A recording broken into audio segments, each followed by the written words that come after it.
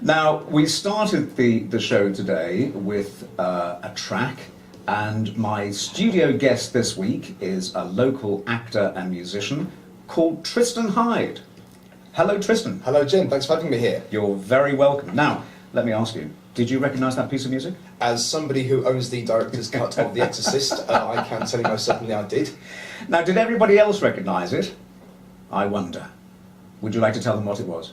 That was in fact Tubular Bells by Mike Oldfield, who you also may remember from the 2012 Olympics opening ceremony. I believe he actually performed some of the backing music for that live, if my memory serves me well. And the thing is, Tubular Bells has become a classic. I think almost overnight it was a sensation and a classic.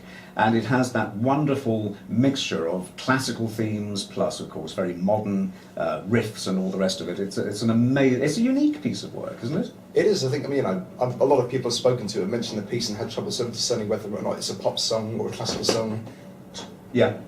And then, to be honest, it's not often I hear I don't hear that particular track very often. But I did recognise it. It's very atmospheric. I can see why it was chosen for that particular film. And all in all, it created a nice sort of chilly effect to it. So tell me a little bit about yourself. You are an actor and a musician. Do you come from an acting and musical family? I do, more so the musical side. It all started probably when I was about 6 years old. I started learning the piano, then I moved on to the cello. These days, I'm a trained double bass player. I performed in various orchestras, including at school and elsewhere. I was also the principal double bass player for the Surrey County Youth Orchestra when I was a teenager. I toured Europe and also played up and down places around Surrey and Woking, Guildford and so forth.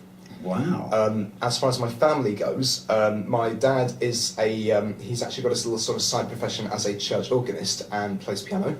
My brother is also a professional musician. As we speak, he's probably practicing his violin and deciding where to take his next cruise ship job. So I'll just endorse him there for you. Have you ever fancied going on the cruise ships yourself? I'm not sure if, I've probably got the qualifications, so to speak. I just need to maybe meet the right people, who knows. Have you got the sea legs? I did actually do sailing, but this is sort of small yachts when I was a bit younger, so, transferable skills, who knows. A little bit different from a 50,000 tonner. Yeah, exactly. I'm not sure if I can drive one of them yet. So you do come from a musical background. Yes. And so what age were you when you started studying music? Did your parents put you and your brother into musical schools and things? Actually, my brother, as I said, was more sort of a musician than I was. However, I did actually, we started learning sort of instruments I say full-time, in sort of lessons once a week when I was about 6 years old. As I say, I started with the piano, I then moved on to the cello, and now I am a double bass player. I also taught myself a bit of guitar when I was about 12 or 13, and I've carried that on ever since.